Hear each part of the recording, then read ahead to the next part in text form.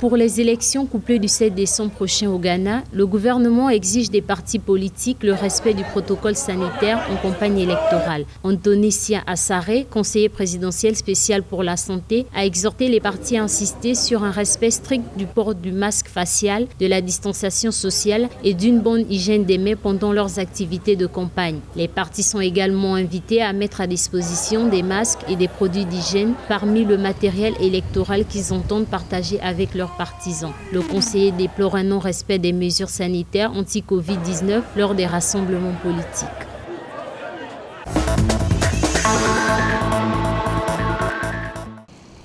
Le Niger a reçu un don de matériel médical d'une valeur de plus de 162 millions de francs du programme des Nations Unies pour le développement afin d'appuyer les efforts du gouvernement à lutter contre le Covid-19.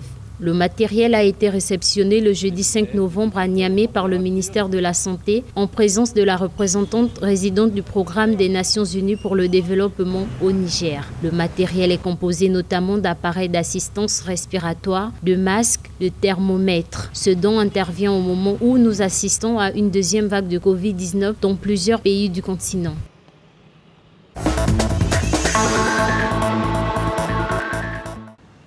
Au Mali, la crise du Covid-19 a causé aux acteurs culturels une perte de revenus. Les mesures préventives contre le coronavirus ont causé une perte estimée à près de 21 milliards de francs CFA. Le Covid-19 a considérablement fragilisé la forte dynamique dans laquelle le secteur culturel malien s'était installé ces derniers temps, a déclaré M. Ndiaye. Selon lui, derrière chaque concert annulé, festival reporté, lancement d'albums retardés, salles de cinéma ou de spectacles fermés, ce sont des artistes et des acteurs culturels qui ont perdu leurs revenus. La FEDAMA et l'Union des associations d'artistes, de producteurs et d'éditeurs du Mali ont signé une convention de partenariat qui vise à conforter la culture au Mali.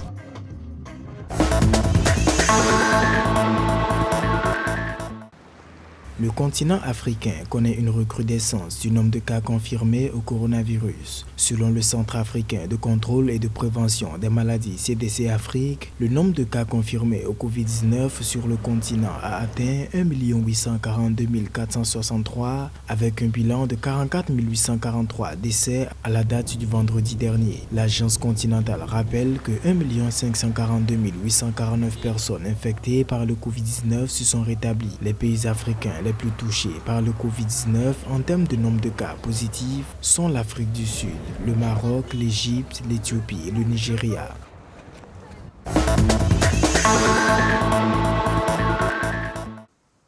Au Maroc, le nouveau bilan d'infection recensé ce vendredi est de 5 398 nouveaux cas au Covid-19, portant ainsi le nombre de contaminations à 246 349 cas confirmés. Le pays signale ainsi 5 398 nouveaux cas de coronavirus et 68 décès en 24 heures. Le nombre de décès dus au coronavirus depuis le début de la pandémie s'établit à 4 127, tandis que le nombre de guérisons s'est élevé à 200 945, à 200 954, selon le bulletin quotidien du ministère de la Santé, ajoutant que 884 parmi les personnes atteintes de la COVID-19 sont dans un état sévère ou critique, dont 66 sous intubation.